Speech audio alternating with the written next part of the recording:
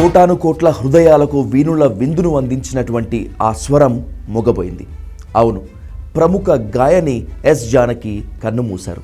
మైసూరులోని తన నివాసంలో జానకికి తీవ్ర గుండెపోటు రావడంతో హాస్పిటల్కి తీసుకువెళ్లేలోగా ఆమె మరణించారు.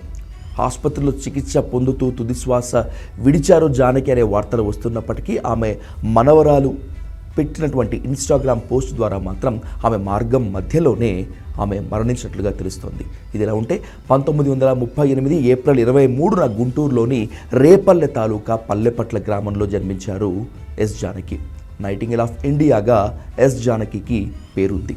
తన 60 ఏళ్ల కెరీర్లో దాదాపు 50,000కు పైగా పాటలు పాడారు జానకి. ఇక ఆమె కెరీర్ మొత్తంలో 32 అవార్డులు అందుకున్నారు yes Janakamma.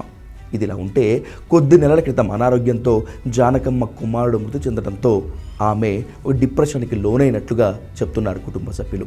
SP Balu, yes Janaki కాంబినేషన్లో ఎన్నో భాషల్లో సూపర్ డూపర్ హిట్ సాంగ్స్ ఉన్నాయి. ఇక అన్ని భాషలు కలుపుకుంటే 50,000కు పైగా జానకమ్మ పాటలు పాడారు. ఇలా ఉంటే ఎస్ జానకమ్మకు 4 నేషనల్ అవార్డులతో పాటు 33 ప్రసిద్ధ ఫిల్మ్ఫేర్ అవార్డులు అలాగే ఫిల్మ్ అవార్డులు వచ్చాయి.